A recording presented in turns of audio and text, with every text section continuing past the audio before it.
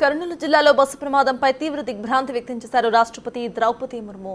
ప్రయాణికులు ప్రాణాలు కోల్పోవడం చాలా విచారకరమైన విషయమని అన్నారు. మృతుల కుటుంబాలకు సానుభూతి తెలిపారు. ఆవిడ ప్రమాదంలో గాయపడిన వారు త్వరగా కోలుకోవాలని ప్రార్థించారు.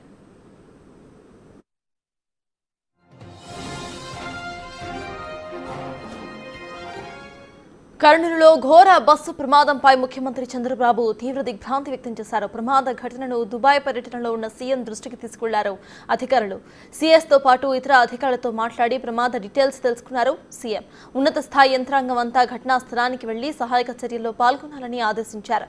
క్షతగాత్రులకు బాధితులకు అవసరమైన సహకారం అందించాలని ముఖ్యమంత్రి ఆదేశించారు.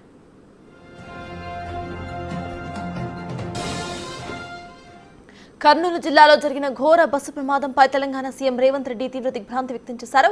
మృతుల కుటుంబాలకు ప్రగాఢ సంతాపం తెలియజేశారు. ఆయన ఏపీ అధికారులతో మాట్లాడి అవసరమైన అన్ని చర్యలు కూడా తీసుకోవాలని సూచించారు. తక్షణమే హెల్ప్ లైన్ నంబర్స్ ను ఏర్పాటు చేయాలని సూచించారు. గద్వాల్ కలెక్టర్ ఎస్పీ స్పాట్ కు వెళ్లాలని సూచించారు.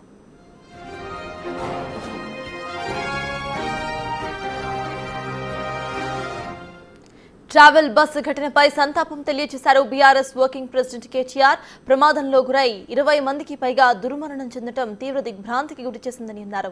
మృతుల ఆత్మకు శాంతి కలగాలంటూ ట్వీట్ చేశారు. వారి కుటుంబ సభ్యులకు ప్రగాఢ సంతాపం తెలియజేశారు కేటీఆర్.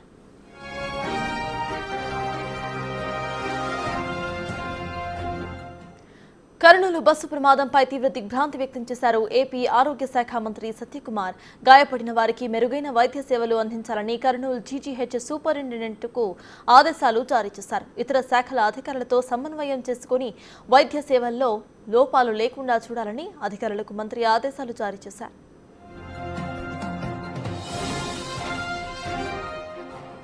ఘోర బస్సు ప్రమాదంపై దిగ్భ్రాంతి వ్యక్తం చేశారు. మంత్రి నిమ్మల రామానాయుడు అధికారులతో మాట్లాడి ప్రమాద డీటెయిల్స్ తెలుసుకున్నారు. ఆయన అధికారులు ఘటనా స్థలానికి వెళ్లి సహాయక చర్యల్లో పాల్గొనాలని ఆదేశించారు. క్షతగాత్రులకు బాధితులకు అవసరమైన అన్ని సహాయక చర్యలను కూడా అందించాలని అన్నారు.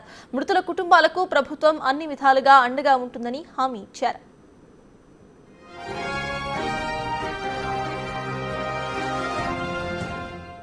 హైదరాబాద్ టు బెంగళూరు హైవేపై జరిగిన బస్సు ఘటనపై దిగ్భ్రాంతి వ్యక్తం చేశారు. కాంగ్రెస్ అధినేత రాహుల్ గాంధీ అనేక మంది ప్రయాణికులు మరణించడం చాలా బాధాకరమని అన్నారు.